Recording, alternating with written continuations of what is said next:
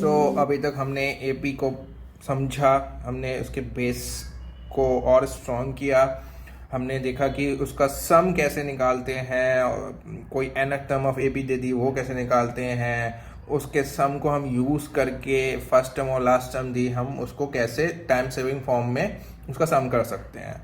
But अब बहुत ही important question है कि एपी तो ठीक है हमें आ गई, अगर कोई एक टर्म दी हुई है जो कि प्रोग्रेशन कर रही है तो हम उसको कैसे फॉर्मूला का यूज करके हम टाइम सेविंग फॉर्म में बिना ऐड किए सारी टर्म को हम बस जस्ट एक फॉर्मूला का यूज करके हम उसका सम निकाल सकते हैं, एनएच सम निकाल सकते हैं। ये प्रैक्टिकल है। लेकिन अब हम अगर मैं अभी इसको मैं बोलूं कि मैं डेली लाइफ में कहाँ यूज करूंगा, तो कोई भी चीज अगर आप देखो, फॉर एग्जाम्पल मैं दे रहा हूं, फर्स्ट ईयर में लेट्स से एक कंपनी है, उसका टर्नओवर था 50 करोड़। नेक्स्ट ईयर में इसका टर्नओवर हो गया लेट्स से 55 करोड़। फिर नेक्स्ट ईयर में 60 करोड़ हो गया। ये तो मैंने बहुत एग्जाम्पल दिया है, पर रियल लाइफ में क्या होगा, लेट्स से 51 करोड़ है और इसका हो गया 56 हो गया, फिर ऐसा आया 59 करोड़। ठीक है, ये अब मेरे से पूछ रहा है कि ये फर्स्ट ईयर में इतना था, सेकंड ईयर में 56 करोड़ हुआ, थर्ड ईयर में इतना हुआ। मेरे को क्या आप बता सकते हो प्रेडिक्शन करके कि फोर्थ ईयर में कितना होगा? प्रेडिक्शन मैं कह रहा हूं कि एस्टिमेटेड कितना होगा। तो इसको मैं 51 को 51 मान लूं नियर बी। इसको अगर मेरे को अब नहीं मानना है तो ये 5 का डिफरेंस आ रहा है, ये कितना आ रहा है, ये 3 का डिफरेंस आ रहा है।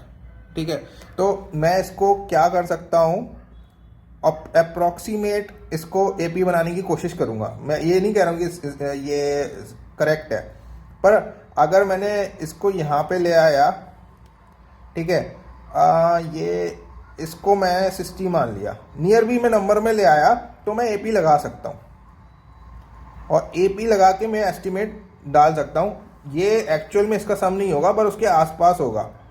हम अपनी डेली लाइफ में एक्यूरेट पे नहीं करते हैं काम, हम उसके एस्टिमेट पे काम करते हैं। तो यहाँ पे मेरी एपी यूज हो गई।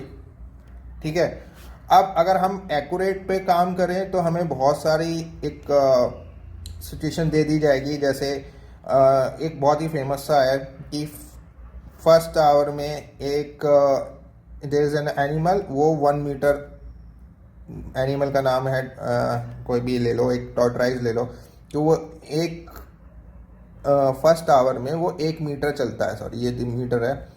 सेकेंड आवर में वो फिर 2 मीटर चलता है, थर्ड आवर में वो 3 मीटर चलता है। बताओ वो टोटल सम 50 मीटर कब वो कवर करेगा?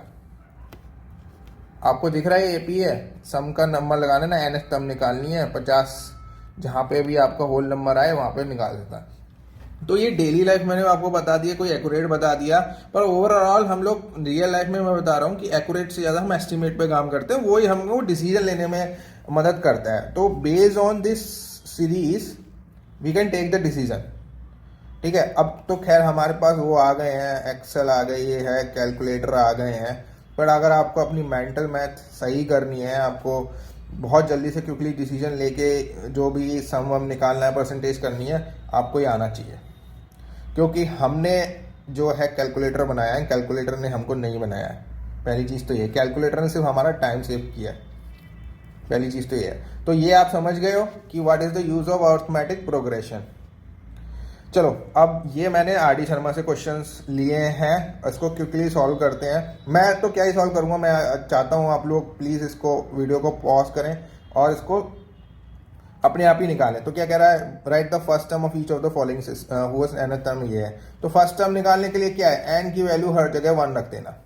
तो मैं बस 1-2 ही सॉल्व कर रहा हूँ। ये एन की वैल्यू 1 है, तो फर्स्ट टर्म मेरी क्या हो गई, 5 हो गई। इसमें फर्स्ट टर्म क्या हो गई, ये मुझे 23 है ना, तो 23 ये हो गया -22, फर्स्ट टर्म इसकी हो गई 3, ये 25 है ना, तो 3 - 25, ये हो गया -22, ऐसे ही आप निकाल लेना।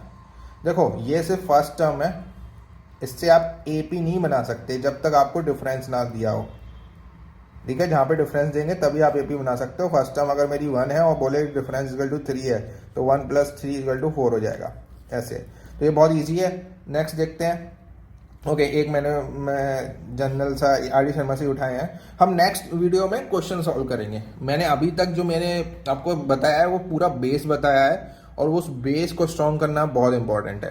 तो ये क्या कह रहा है इस क्वेश्चन में, the general term of sequence is given by, ये ए एन, यहाँ पे एन लिख देते हैं, -4n + 15 is the sequence an AP.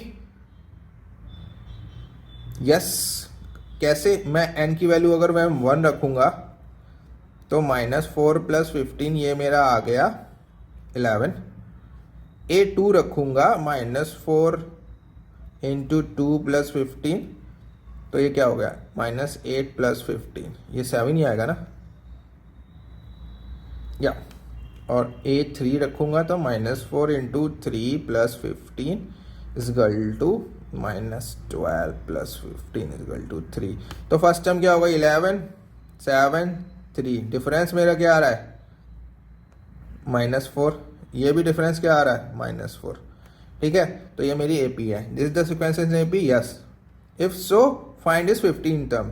तो मेरे को डी पता है -4 है, ए पता है मेरे को कितना आ रहा है, मेरा ए 11 है, ठीक है, और 15 टर्म n = 15 है। कुछ नहीं करना, a + n - 1 × d में रख देना है। तो a = 1 है, सॉरी 11 है, और n - 1 कितना हो गया 15 - 1 14 × -4, 11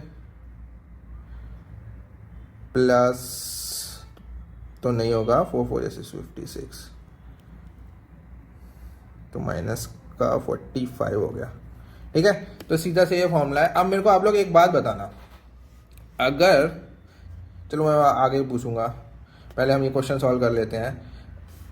find the 10th term of AP, ये मैं सॉल्व नहीं करूंगा, मैं आप लोगों के लिए एज अ होमवर्क दे रहा हूँ, ठीक है। आंसर आप आर डी शर्मा से चेक कर लेना, नेट पे भी साफ पढ़ा है, सब कुछ पढ़ा है। मैं बस आपको क्विकली बता रहा हूँ। 10th टर्म निकालना है, n = 10 दिया हुआ है, a = 1 दिया हुआ है, ठीक है, और डिफरेंस हमें कितना मिला हुआ है 3, तो निकाल दोगे, फॉर्मूला दिया हुआ है। 18 टर्म, सिंपल यही करना है, ऐसे कर लेना। ये 32 - 3 है, 52 - 30, लेकिन 1 मिनट, हाँ,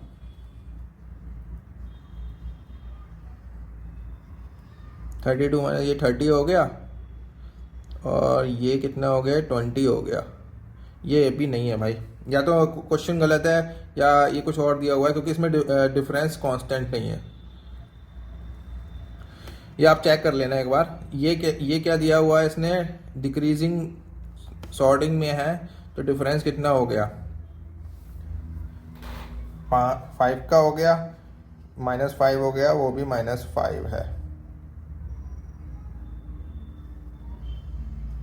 लेकिन ये मेरा डिफरेंस -5 आ रहा है, ये मेरा -5 आ रहा है। मुझे लग रहा है कि ये इन्होंने गलती से दे दिया है, क्योंकि 2 - 3 - 1 होगा।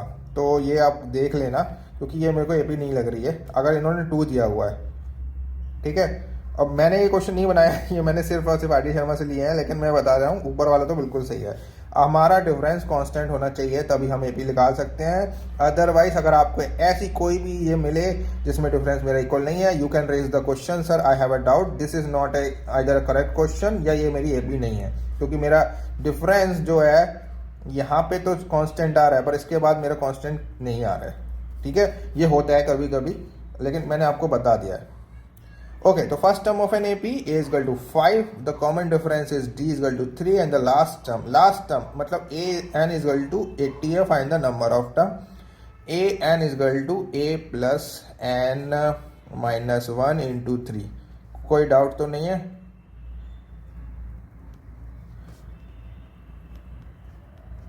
n मेरा कितना आ गया 26, तो मेरी 26 टर्म 80 के इक्वल है, ठीक है।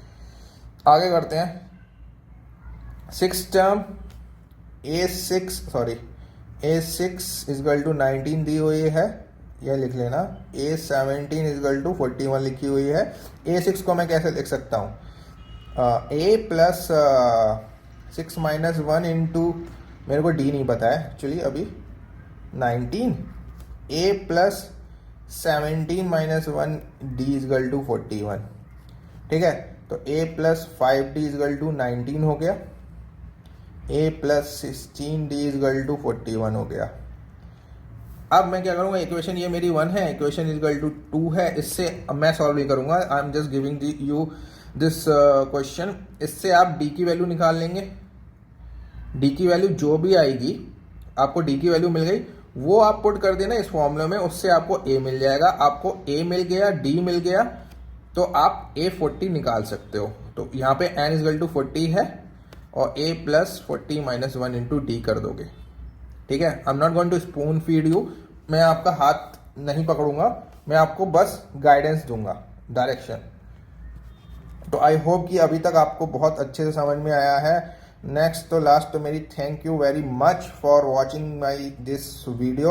अगर आपको प्लीज प्लीज प्लीज आपको लगता है this video is going to benefit for others, please share this video and please subscribe कर लेना। और बिफोर लिविंग मैं एक क्वेश्चन पूछता हूं कि मेरी AP दे रखी है A1, let's say A2, A3, A4, AN। ठीक है, अभी तक हमने यही समझा है। अब मैं आपसे पूछता हूं, इसका एक सम है, लेट्स से मैंने इसको सम किया है। अगर मैं AP की हर टर्म को एक कांस्टेंट से मल्टीप्लाई करूं, लेट्स से मैंने 3 से मल्टीप्लाई किया, तो मेरा सम पे क्या फर्क होगा?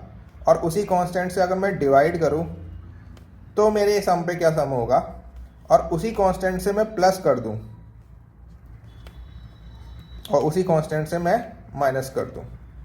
बहुत ही इंटरेस्टिंग है, आप प्लीज मेरे को कमेंट करके बताना कि क्या होगा। Okay guys, I am leaving. I hope कि आपको मेरी ये वीडियो अच्छी लगी होंगी। ये मेरा अपना खुद का एफर्ट मैंने डाला है आपको सारे AP के कंसेप्ट क्लियर करने का और आपका बेस स्ट्रॉन्ग करने का। हम अपने नेक्स्ट वीडियो में ऐसी AP के क्वेश्चंस लेंगे और उसको सॉल्व करेंगे। Thank you guys, thank you very much for watching my channel, for watching this video, and please do share this video to others and subscribe my channel. I'll meet you in the next video very soon. Thank you guys, bye.